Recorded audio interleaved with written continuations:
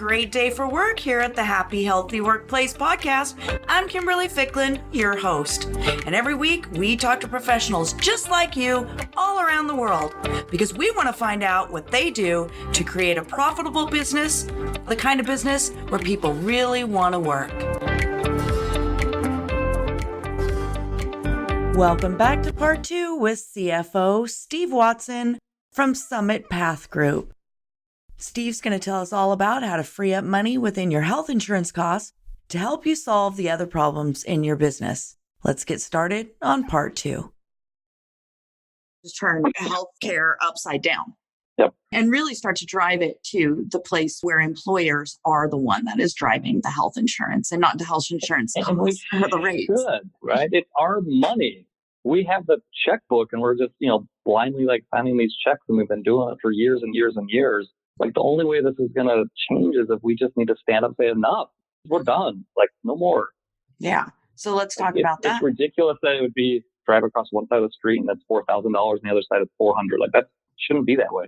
So that makes me think of an analogy too, is the gas station. If you go down the street and there's a Shell as opposed to right across the street an AM/PM, the difference in the gas price is huge. And of course, everybody pulls into the AM/PM. I mean, unless you got a premium car and, you really don't care. But the majority of us, 96% of us are going to pull into that AM/PM because we can obviously see the rate is better. And we know that technically the gas isn't that much different, with some different additives or something, right? So really the same as your health insurance. If you could drive down that proverbial road, right? And 2 healthcare companies were there, it would make things a lot easier if there were that road for us to just drive down. So think about yourself. I mean, we're paying the cost of a car every year in insurance. On average, half of employees won't even use insurance. And if they do, they may just pick up a prescription or something. But half your employees are not, $10,000 is just gone. Oh, yeah. Right? Then the next, 25% to 30%, they're using a little bit, maybe going to the pediatrician or using the doctor stuff. They may touch the deductible just a little bit, but they're not even maxing out the deductible. And so from the employer insurance side, they're covering that cost, right? Because it's coming out of the deductible and stuff. It's just a very small percentage of people that will use it. And in the end, what drives a lot of the cost is that 1%. That 1% that has something big happen to them. Right. It's the catastrophic event. My husband and I have talked about this many times before because we went from just a regular insurance plan into the high deductible, right? Because, that makes sense. Put more money in the FSA, spend our money the way we want to. But then we've even talked about going into there was a point when we obviously couldn't have our own money, because what is it? There's some type of a thing that you can actually bond in. If you don't have your insurance, you could say, I've got this X amount of money, right? And so I can cover my insurance costs. But it is that catastrophic event because we've talked about it before. Let's just kill our insurance. As much as we spend, we could just put it in the bank every month. And, we don't go that often. But then here's me. Immediately I say to him, yeah, but what if something really big happened tomorrow? And I'm sure that that's why we stay with what we stay with, right? Because of the fear of the unknown. It's an amazing analogy of what you just talked about. And so as an individual, you're seeing the value of I need it, but I don't need it for everything. I don't need health insurance for a generic prescription. I don't. $4 or $5. I don't need them paying for it.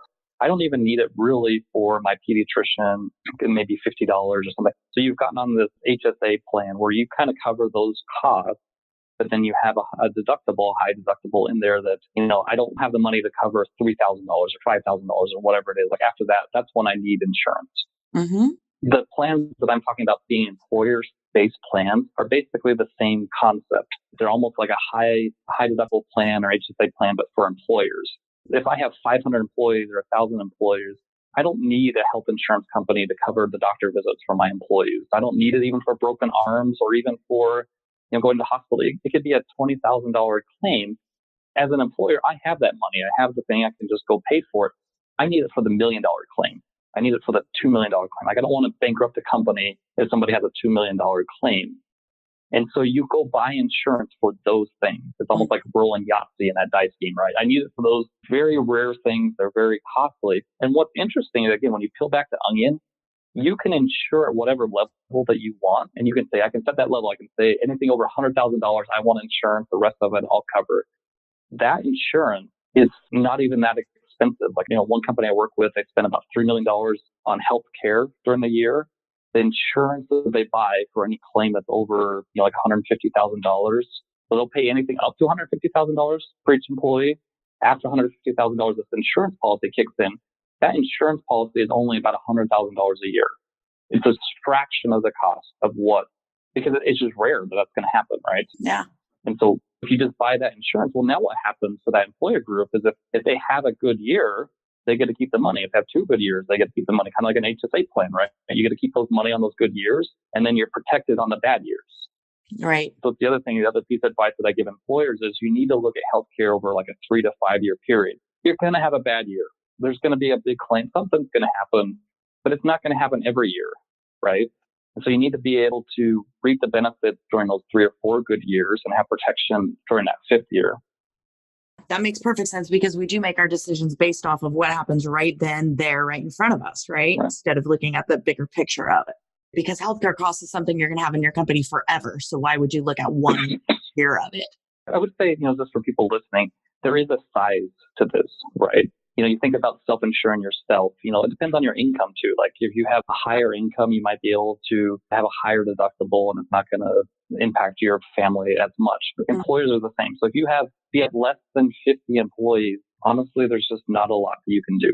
Mm-hmm. I mean, the insurance company, you're not big enough to kind of self-insure. You can do some things, but there's not a lot of options. 50 to 100, you're starting to get in that gray area. Once you go over 100 lives, and especially over 200 lives in a group, to me, there's just very rare cases that they should be kind of fully insured, like giving all their money to the insurance company and not kind of having these HSA type plans, right? At the employer level. If you have more than 200 employees and you're not doing these kind of things, there's a lot of money that you're leaving on the table. Because at that size, you can afford to cover some of these things. Right. Yeah. Well, and so what does the small employer do? It's tough. It really is tough.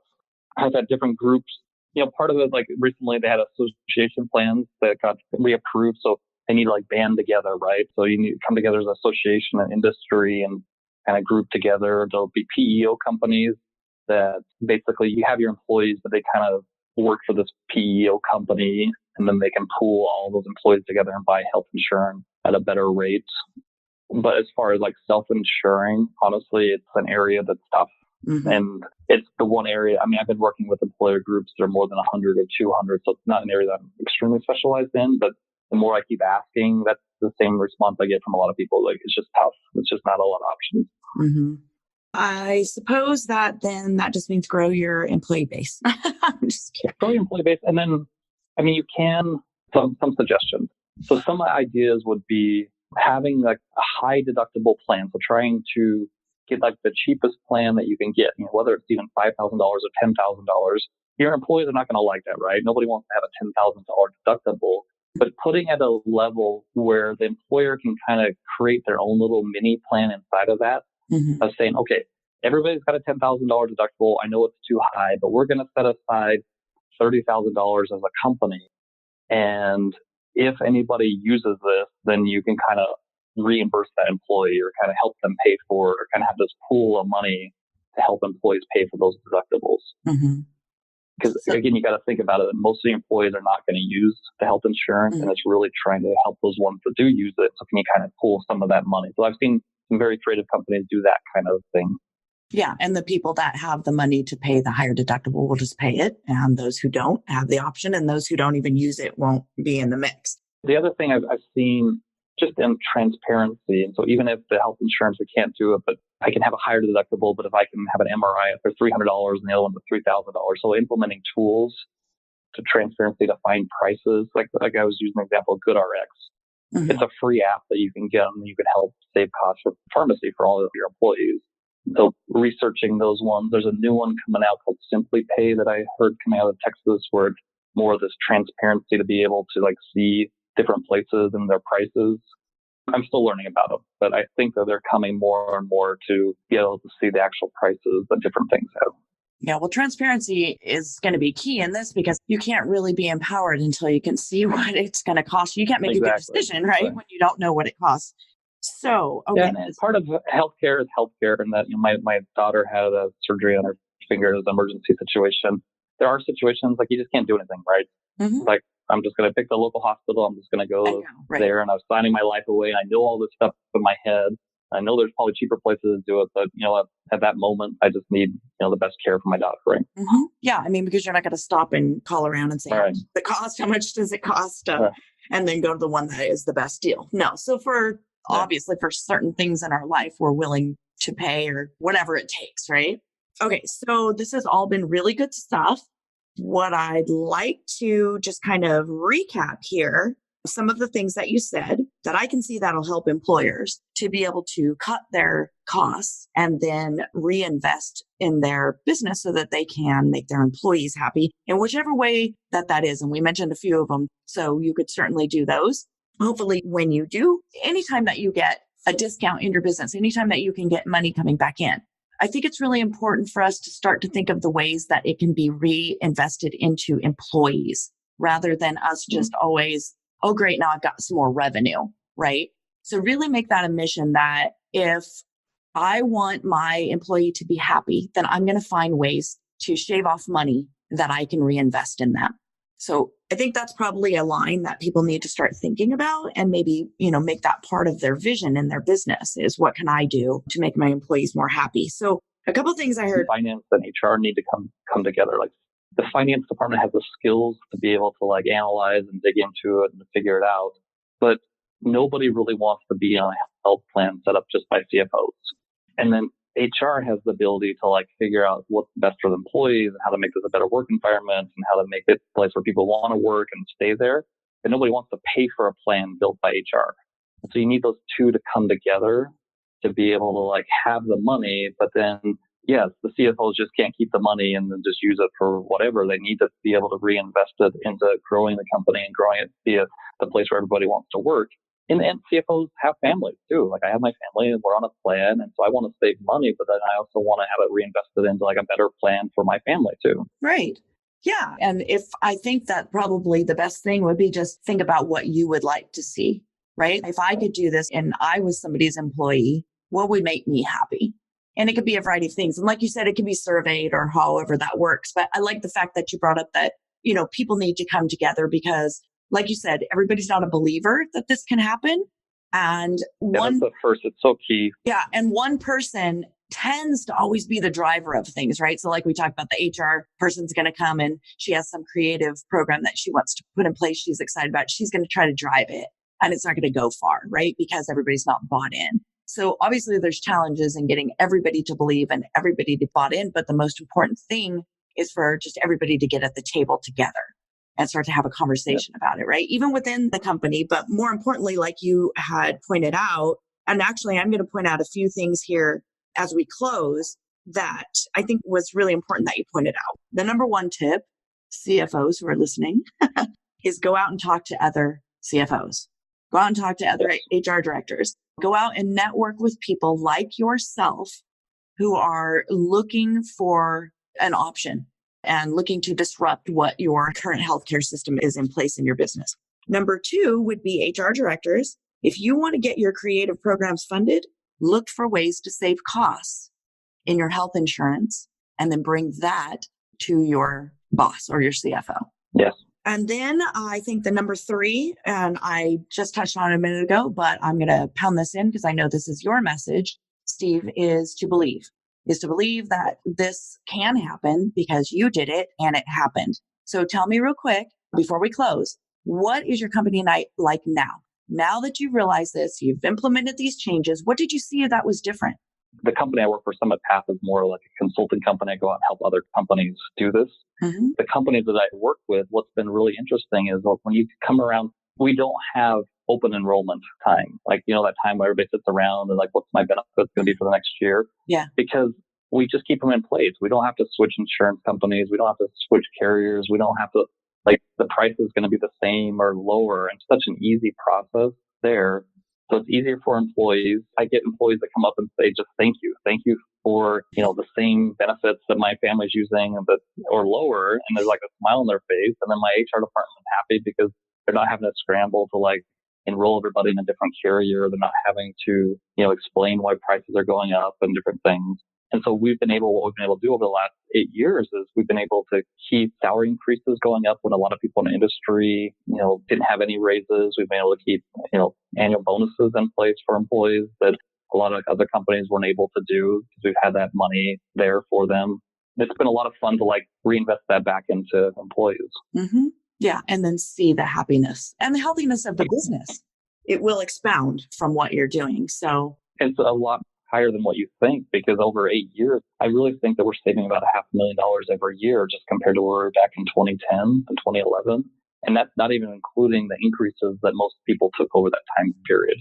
Wow. And so you just think about that amount of money that you can spread across and you can work with and you can help employees and stuff. Just adds up really fast. Wow. That is, I love all this. It's about saving so that you can reinvest in your business. And that's probably one of the biggest hurdles for people, like we said in the beginning, the biggest hurdles for HR people who are trying to get programs in place. I mean, I've heard this before. We don't really have a budget for a wellness program. Well, HR director, if you could go out and find some savings, right? And then bring it to your CFO, then you could have that program. And it's usually the HR directors, they want to have these types of programs. They actually think it's important. They've heard their employees say things. They know they're in a different mindset than the executives in the company. I would say I'm certified in HR. I've ran HR departments. So HR is a hard job. I mean, we're dealing with compliance all the time. We're dealing with, discipline and firing and stuff. And a lot of people didn't get into HR for those things. They got into HR to things better, to hire people, to work on culture. Mm-hmm. And so when they look at things like wellness, it gets them really excited about it. It's like, wow, I could, get out of all this stuff I have to do and I can actually do something and reinvest into it. But then they get shut down over and over again because there's no budget for it. Because, like you were saying, I'm going to come up with this money. It's sitting under their noses right now in the employee benefits side. So the ability to have the same type of plan for their employees, so it's not going to impact their employees any, change some things on the back end on how you buy insurance, save that money, then go back and reinvest it. And I would really struggle to find CFOs that if you brought them $100,000 and you said, well, can I keep $20,000 to reinvest it back into employees, that they would not support that. Yeah. Well, that's a lesson learned. This is a really great lesson. I so appreciate you coming on today and talking to us about it. Well, first of all, just like you said, peel back onion and be aware. Just be aware of your costs in general and what you can do to make those costs go down, really. So I wanted to thank you, Steve, for coming, talking to us today. You're welcome. This has been very, very helpful. I'm sure that a lot of employers are going to glean information from this, and hopefully they will look outside of their business to get some help, and that it might be their friends or their colleagues, their peers that they just call me. You can just look me up and call Steve. Call Steve. No, really, because I'm doing this. I'm an employer. I'm not a broker. Let's compare ideas and talk. And just I'm on LinkedIn. I'm always spouting off on different things and different ideas. Find me there or on Twitter or just let's talk. Yeah, I love that. That is a great resource, and I really do appreciate you offering that out to our listeners. So, with that said, today we're going to go ahead and close out, Steve. I thank you very much for being here with us, and I look forward to having another interview with you. I'm sure that you have a lot of other things to share. I'm glad to help anytime. Wonderful. All right. Well, that's a wrap for today. The Happy Healthy Workplace podcast with Steve Watson. Summit Path Group is now complete. Remember to subscribe to this podcast for the show notes and links. That's a wrap for today. The Happy Healthy Workplace podcast is now complete. Be sure to subscribe and join us weekly for secrets, solutions, or strategies that help you create a profitable business where people really want to work. This is Kimberly Ficklin, wishing you a happy, healthy day.